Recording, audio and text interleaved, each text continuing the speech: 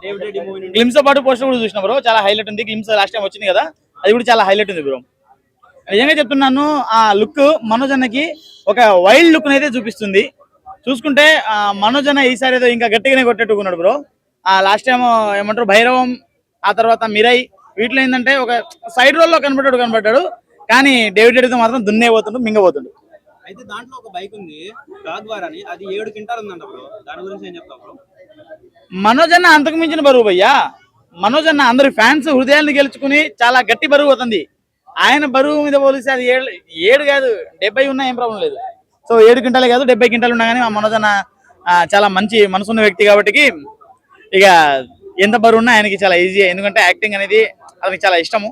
So ఆ ఇష్టం, ఆ ప్యాషన్ కాబట్టి ఖచ్చితంగా ఆయన ఎంతైనా చేయగలడు. అయితే స్టోరీ వచ్చేసి బ్రిటిష్ 1942 కి బ్యాక్ దంట, బ్రిటిష్ వాళ్ళతో పోరాడిన డేవిడ్ రెడ్డి అని ఒక యోధుడు. స్టోరీ ఎట్లా ఉండబోతుందంట? ఆ story moral of the story అయితే మనకు తెలియదు. కాకపోతే స్టోరీ ఎలా ఉంటదంటే ఒక యాంగిల్ అయితే ఉండబోతుంది బ్రో గట్టిగా.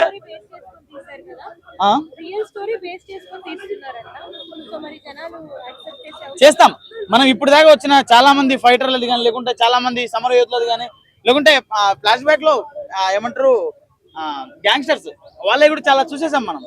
సో దొంగల స్టోరీలు చూపించిన, స్మగ్లర్ల స్టోరీలు చూసినాము. సో ఇది కూడా మనము ఆదరిస్తాము, మన వాళ్ళు చూస్తారని చెప్పేసి నేనైతే గట్టిగా నమ్ముతున్నాను. అంటే హనుమాన్ రెడ్డి కొత్త డైరెక్టర్ కదా, సో మీరా ఎంత హైప్ వచ్చిందో అంత హైప్ వస్తుంది అంటారా మరి?